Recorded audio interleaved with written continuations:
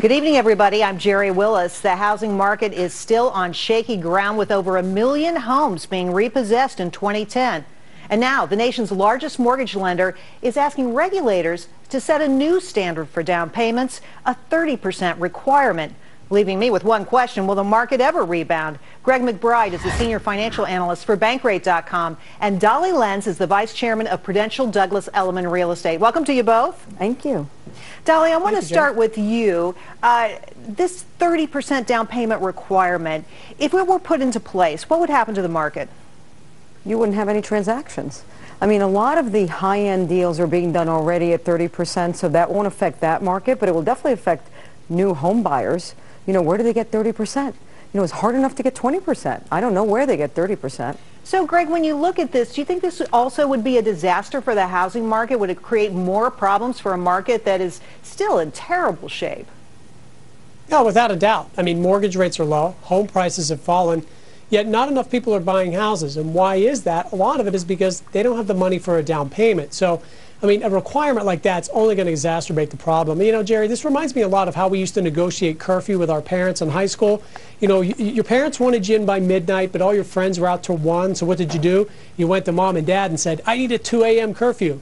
You know, leaving yourself room to negotiate that down to something reasonable. So I don't see this becoming a standard for primary residence, single-family homes. No way. Well, Dolly, you know, I guess the thing that worries me is that the lenders are behind closed doors in Washington trying to negotiate this thing. I don't have a voice there. That's what's so frustrating. I mean, it's amazing. And think about it. There's such a supply-demand imbalance as it is. We have a huge supply now. We're expecting a much larger supply with all the foreclosures hopefully being processed soon. And all the other inventory, the shadow inventory, everything coming on with very little demand. Now you want to put more roadblocks in the way of demand by increasing down payments? It's ridiculous. I think we've got about 2.5 million homes that are on the bank's books. They're called shadow inventory. Greg, what kind of impact is this going to have on the market, do you think? Well, it's certainly going to prevent any rebound, substantive rebound in home prices. Now, I don't subscribe to this notion that it's going to push prices down another 15 or 20%.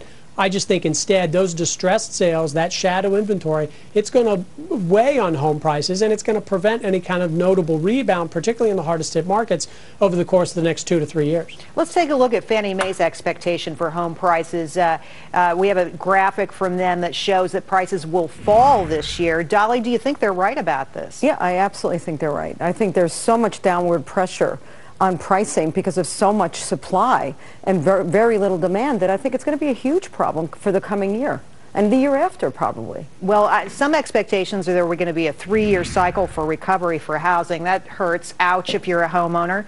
Let's talk about some of today's numbers. 2.9 million foreclosure filings, 1 million homes repossessed by banks. Both those numbers expected to get worse next year. Greg, when you look at this, what do you tell regular homeowners to do? Well, I mean, if you own a home and you can afford the monthly payments and you don't have a need to move or sell the house, I don't think it's anything to worry about. You know, owning a home is a long-term investment. You know, for people that are looking to buy houses, I think there's 2 variables to consider. People really zero in on prices and they, worry about, gee, our home price is going to fall further.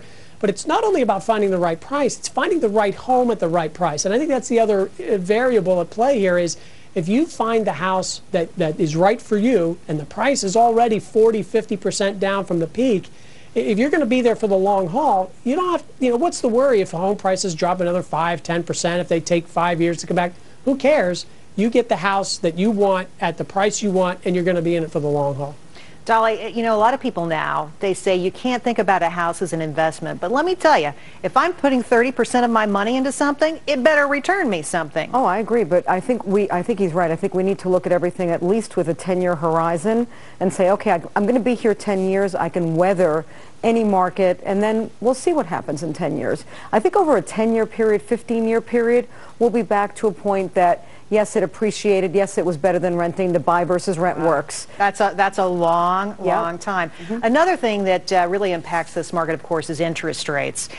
Dolly, what do you think is going to happen with rates going forward? What are your customers expecting? Well, today they dropped just a bit, but I do think that during this year they will go up. And, you know, that may make some people jump in afraid that they'll go up too much and they'll miss that boat. So it might be actually good in the in the short-term horizon. Sort of a perfect storm out there, Greg. You know, prices are really low, and now interest rates expected to creep up this year. Do you think that should play into people's decisions about when to buy? No. I mean, buying a house is a lot like getting married. You've got to be in it for the long haul, and you've got to be prepared for the commitment, in this case, the financial commitment. You don't rush into buying a house just because mortgage rates are low any more than you rush into getting married because there's a sale at the bridal shop. So, you know, you take that plunge if it's the right step for you and if you're financially prepared to do so. And the good news is, look, if you need to take another 6 months or so to get your own financial affairs in order before you buy, yeah, mortgage rates might go up a little bit, but they're still much lower than they were just 2 or 3 years ago. Well, I could keep you guys here all day. Thanks for the help today. We really appreciate it, Greg and Dolly. Thank you.